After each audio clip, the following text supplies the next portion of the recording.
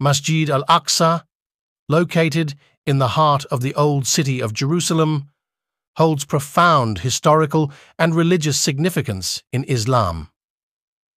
The name al-Aqsa translates to the farthest mosque, referring to its distance from the Kaaba in Mecca. The mosque encompasses the entire Temple Mount complex, which is also revered by Judaism and Christianity.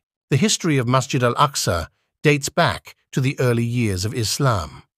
According to Islamic tradition, the Prophet Muhammad was miraculously transported from Mecca to Jerusalem during the night journey. From the dome of the rock on the Temple Mount, he ascended through the heavens, meeting various prophets before reaching the divine presence. This event is commemorated in the Quran, specifically in Surah al-Isra. In 637 CE, the Rashidun Caliph Umar ibn al-Khattab conquered Jerusalem, and it was during his reign that the first wooden structure of Masjid al-Aqsa was erected. The Umayyad Caliph Abd al-Malik ibn Marwan later commissioned the construction of the Dome of the Rock, completing it in 691 CE. The Dome of the Rock, with its iconic golden dome, stands as a symbol of the Islamic architectural and artistic achievements of that era.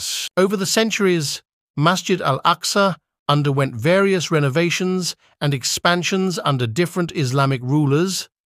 The Ayyubids, Mamluks, and Ottomans all contributed to the development and preservation of the mosque. The Ottomans, in particular, left a lasting impact with structures like the Al-Aqsa Library and the majestic pulpit. The significance of Masjid al-Aqsa extends beyond its religious importance.